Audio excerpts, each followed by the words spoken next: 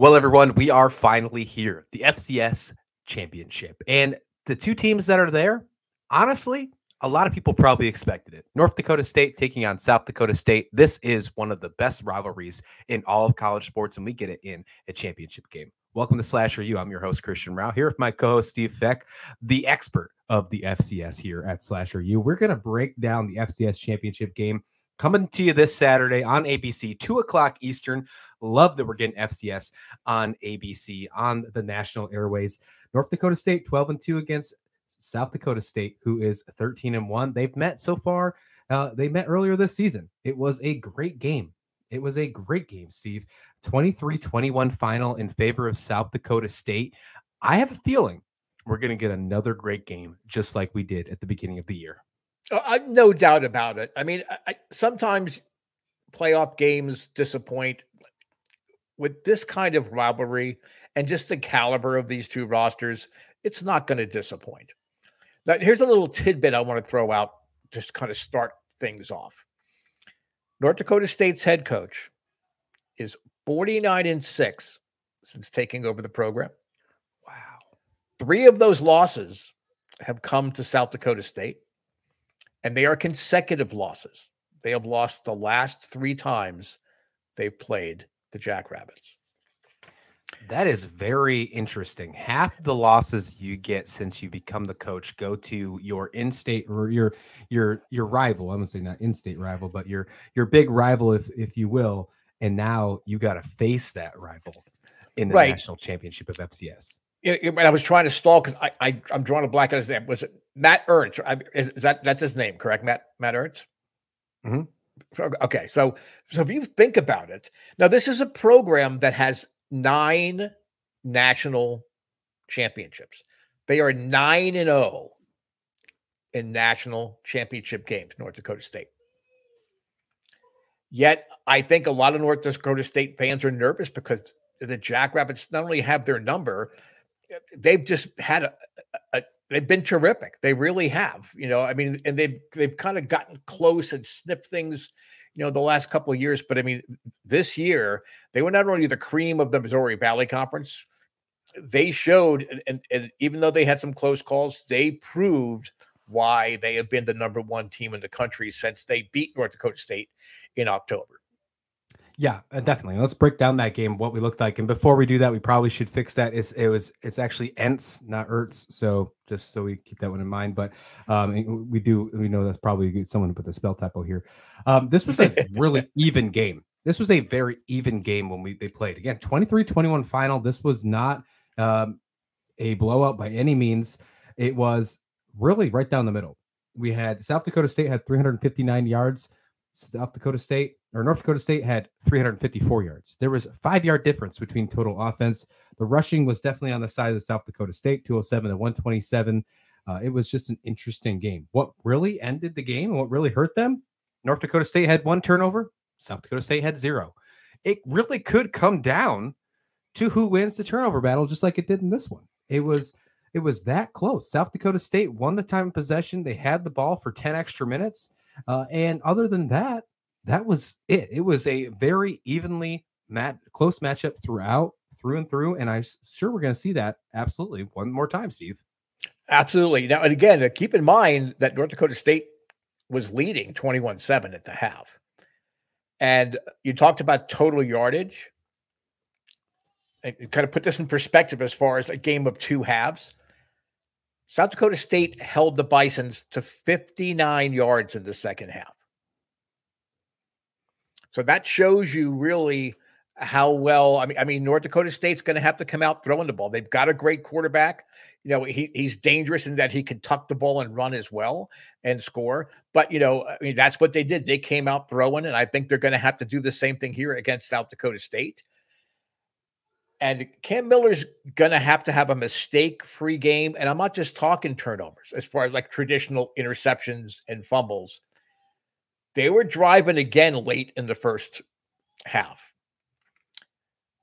He made a big pass, got flagged for taunting. He was doing the old pulling back the bow and arrow like he was shooting, shooting the Jackrabbits there. and he got called for taunting. It stalled the drive. They didn't get that other touchdown. So rather than going in 28-7 at the half, it was 21-7. And then the Jackrabbits, as they do, I mean, they're great.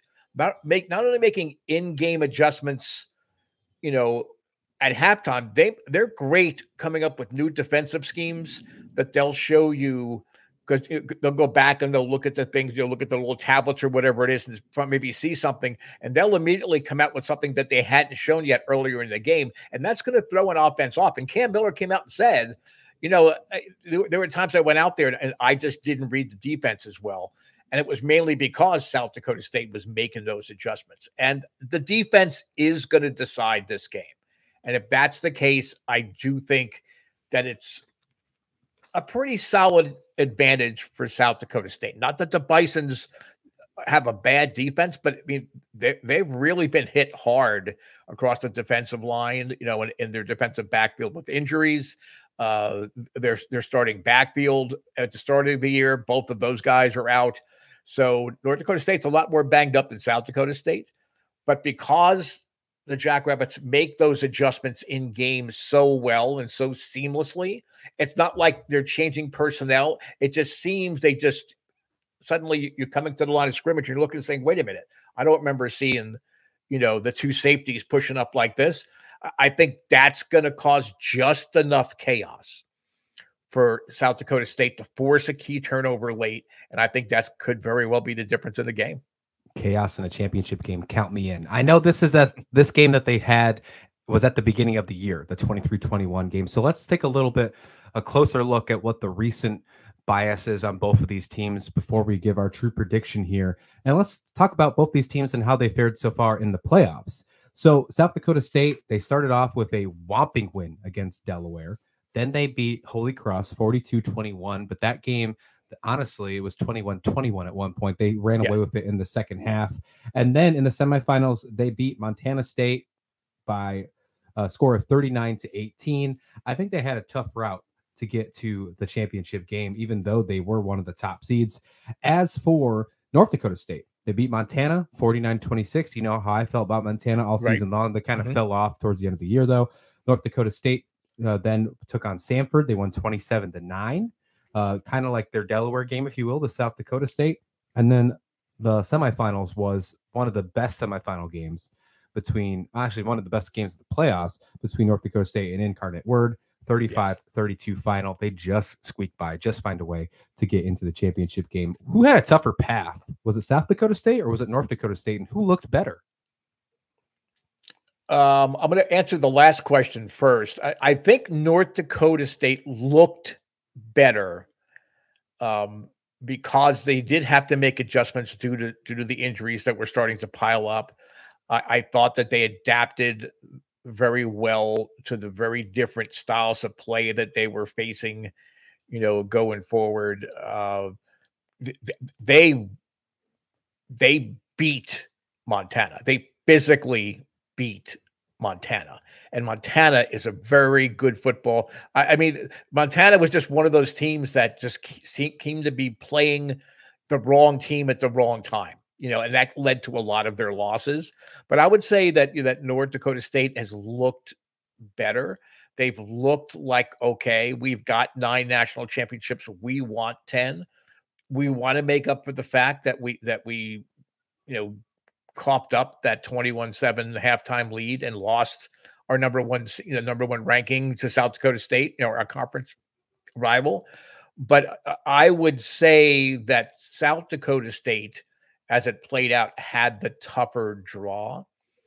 And I think that's the problem sometimes when they do the playoff rankings in the FCS. I think they don't necessarily pay homage to the best team.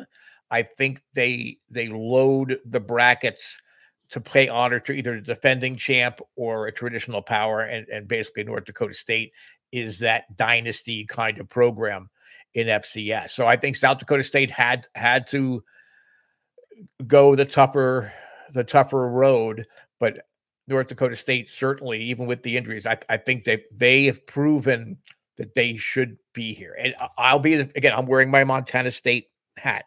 I really thought that Montana State perhaps was going to make its way through. I started to believe that Incarnate Word was just one of those teams of destiny because they scored, what was it, 63, 61, or whatever that crazy score was. That's crazy. And then they had the really close back and forth game, in the semis. But the Bisons have shown why they are so good year in, year out. They're the Alabama of the FCS. They're the New England Patriots of the FCS. They do the same thing year in, year out. They do it very, very well, and they just find ways to win whatever football game is on their schedule that week. So I tip my hat to them. So I don't know which way you're leaning, but I really think this is the time for the Jackrabbits to get their first national championship. All right. So South Dakota State, they are a 5-point favorite in this one. For the record, the Incarnate Word, that game was 66-63. It was a crazy high scoring game in this. Yeah. So South Dakota State, a 5-point favorite in this one, looking to get their first national championship. I'm going to have to go ahead and take the other side on this one. I think North Dakota State can get a redemption from the beginning of the year. I agree with you. I think they looked like the better team through and through. Like I said, they played very physical against Montana. They made Samford look like a team that didn't deserve to be there whatsoever. And then Incarnate Word was coming in hot. So them finding a way to win was very important. So I'm not taking anything away from South Dakota State and what the season they've had this year. However, I just really think that it just lines up for North Dakota State in this one. And it also helps for me to disagree with you and take the other side, right? So I'm going to go ahead and take the Bison. I think they take the win here. 5 points, though. That's an interesting spread. It makes you really wonder what can go either way. I think this is a game that does come down just like the beginning of the year, a 2-point lead, 3-point lead, maybe. I could see that being a game-winning field goal to win the game or something like that. So I'm going to take North Dakota State. I say they win by 3. So you're taking them outright and also taking the points. So now when I'm finding a place to wager on this game, and luckily here in Pennsylvania, there's lots of sports betting places that I can do so. I would probably bet North Dakota State taking the points, even though I'm convinced that South Dakota State is going to win this game. And I say that because when South Dakota State had that second half comeback, and this has happened a couple times with them, they've had problems pushing the ball over the goal line. I mean, they'll kick field goals. I mean, they had 3 field goals in that 16-0 run, the unanswered points they had the first time they played. But they had some really nice sustained drives, and they just stalled, and they had to settle for a field goal. If South Dakota State can actually punch more of those drives in, then I think they could cover the spread. But my guess is, just because of the quality of both teams' defenses and offensive lines, I think it's going to be a field goal or less game. So if I'm going to bet it, which I will bet North Dakota State, but I think South Dakota actually wins the FCS championship. I like it. I like that we're on each side here. It gives us something to talk about at the beginning of next week. Let us know your thoughts in the comment description below. If you're listening in podcast form, head on over to YouTube. Send us a comment as well. We'd love to hear for you, or give us a 5-star rating and a review with your questions or comments. We'd love to hear that, and it always helps us out here at SlasherU. Hit like and subscribe while you're there. And thank you, as always, for listening to SlasherU.